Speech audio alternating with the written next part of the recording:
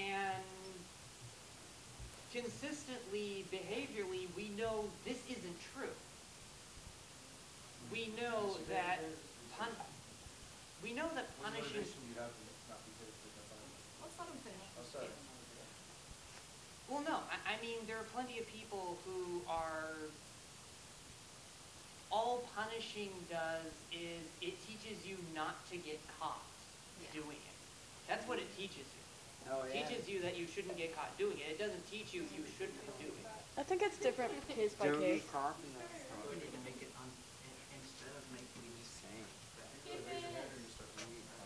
Okay, so let me go ahead and try to come back to part of the thing that I was trying to say here, which is that I think that when you resist a system, in some ways you strengthen it. And that's part of what I was trying to get to here. And then also I wanted to just throw out there that what was really important about the Occupy movement was this idea of saying, here's a common space, right? And we've allowed common spaces to be basically owned by the governmental structures. And the people came in and said, no, these common spaces are our own, and we're going to make them places where people can meet each other and become free and franchised. And I think that that's really, really important, that kind of community building. And like the last speaker said, that's not something that you can do over 5 minutes. You know, like signing a petition is not community building. Community building really requires a lot of tremendous work. But it's not really possible if I'm looking at you as a person to be exploited. It's only possible if I look at you as an equal and I come with you with compassion. And in order for me to approach you with compassion, I have to understand the light and the darkness within my own self, and then I have to accept the light and the darkness within you in order for me to have compassion towards you. And to me, when you shame or you beat or whatever a psychopath, you're not dealing with the ultimate root of what it is that that person is doing. You're not dealing with those insecurities. Because, I mean, ultimately, the people who behave this way, it really is because they are terribly afraid of being alone and this, that, and the other, and so they take and take and take, thinking that that's going to compensate for their fear. But the problem is that taking is only a small pill, right? And then, you know, it doesn't matter. You take from one person and it's not enough. So then you take from 10 and it's still not enough. I was just going to say on the basis of I guess it's relevant with what Ben was saying before he left, and also kind of where the conversation's going in terms of duration and how people view a lot of these ideas, because in a lot of ways, like, people are always demanding, like, what it'll look like, and on that basis, and I think it's really important to note that, like, beyond what was already argued as to why we can't exactly pinpoint every specific, in that it also has to be chosen and like created by the people. It's not one person's basis or one person's idea of how these systems will all relate. Maybe it'll be a mix, like, Scott Crow, who spoke a couple weeks ago, I think had a really good kind of metaphor or an analogy for it, that we're all kind of in separate boats heading to the same horizon. And in these different ways, like, it's really important to note that, like, there can be differences, and it won't be a global, I think, thing. And I think when you start to look at it in a global way, and that's how people are looking at it now, as this, like, huge, like, it has to impact everybody, and that's not at all what I don't feel how it can work. And for instance, with gifts, like a gifting economy, I think in a lot of ways that already exists. And what's amazing about that is it exists within like a system that is completely opposed to gifting economy. Despite everything that's happened, despite how much money an economy has to do with our lives, you still see people doing actions, doing things on the basis of because they care about somebody or they care about the community they're a part of. You know, people I've met like will spend countless hours doing things not because they're getting paid for it, not because they're getting a labor credit or any kind of a benefit other than like they just feel they have to do it because it's a solidarity amongst them, and it's not a charity, it's a solidarity. And that's like what you have unless you give it away.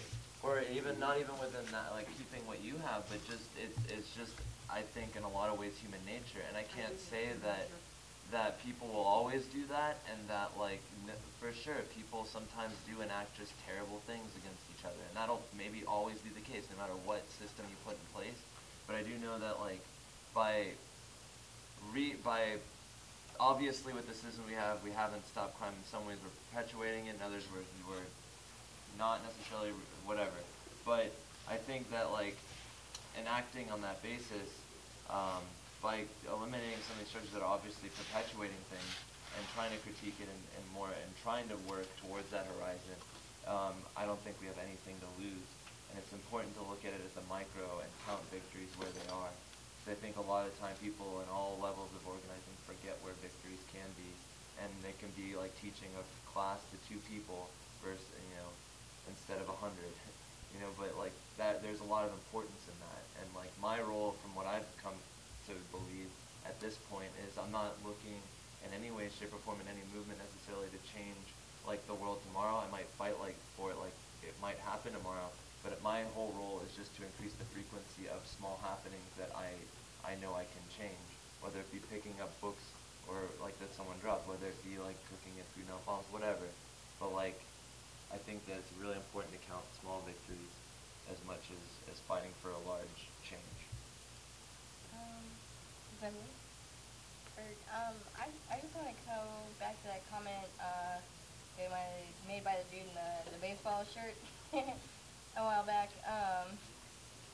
About how like maybe cooperatives can kind of get rid of like a more kind of like psychopathic or sociopathic tendency. I read this book probably back in about 2008 or something, and it's called like the Sociopath Next Door. And like basically the whole premise of the book is how like in America, like 1 in every 25 people is supposedly like a sociopath.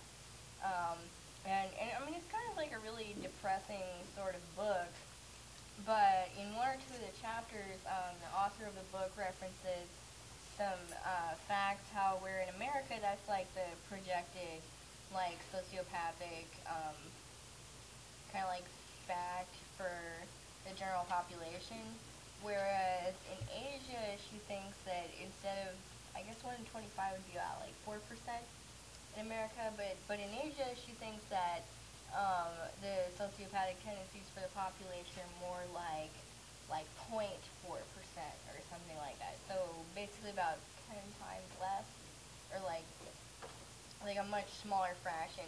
And the reason that she argues for that is not that the biological difference between America and Asia is so much different, but she thinks that kind of like the societal kind of like idea of like what you owe to your neighbors is much different, because in Asia there's like more of a pressure to like you owe this to like your neighbors and you owe this to your society. So I think, I mean, I'm not sure about all co-ops, but I think maybe in a more cooperative structure where you have this idea like your neighbor like owes you this because he's your neighbor, and you owe your neighbor that because you're his neighbor, like there's more of an idea of like duty. So her premise is like not that people are any better in America or Asia or whatever. It's like that when you're raised with different values, you feel like you owe something different to your community. So if you live in a society where you're supposed to share more openly, that that kind of follows. So, before I ask any questions that weren't answered, I'd like to clarify the focus of, I guess, the idea that the system is not working and now we're going to implement a new system. What those type of, a new system, what it would look like? Well, okay, so I guess part of what I'm not getting across here is that I do come at this from a historical materialism perspective. So I think that Hegel was right that history is moving in a certain way, and I think that Marx is right to talk about the fact that capitalism has the seeds of its own dissolution. So to a certain extent, I think this is going to happen. Okay, does that make sense? I don't So after feel this the happening, need. what type of system would you stick to? I'm asking you. Right, and so this is the question that everybody asks, right? Like, what is the system going to look like post-collapse? Okay. And the point that I think we all just need to accept is that we won't know until we create those systems. And part of the problem, I would add, is that we are not even ready to conceptualize what those systems would look like in order to build something that would replace it. So as long as we keep saying, well, what's it going to look like, what's it going to look like, I need to know right now, we're not creating the theoretical space that would allow us to say, what are these things going to look like? Now, certainly, I think what are some predictions that I can make about what it's going to look As like? far as accountability we're talking about? Specifically in terms of accountability, I really do think that a lot of the reason why we even need accountability is because people are not working in the ways that they really want to be working. So I do think that when you're accountable to yourself and when you're laboring on something that's really important to you and you're laboring in a way that you don't feel disenfranchised from, that you automatically just work and are more productive and you hold yourself accountable. So to a certain extent, I think that the accountability issues kind of go away once some of these more enfranchisement things occur. So maybe like a stewardship model, right? Like if let's say that I have a small amount of land and I'm working cooperatively with 3 or 4 people and we're doing some things on that land. There's a certain amount of, well, why do I get up in the morning? Because I care for these animals and they need to be taken care of. You know, why do I go and water the plants? Because I love them and I know that they need to be taken care of. And in that caring relationship occurring, that changes me as well. Like one of the things that's really important to take away from Marx is that because so much of who you are is a creative being, when you change the modes of production, you literally change human nature. You think of human nature as being fixed, but the only thing that's fixed about human nature is that you want to produce.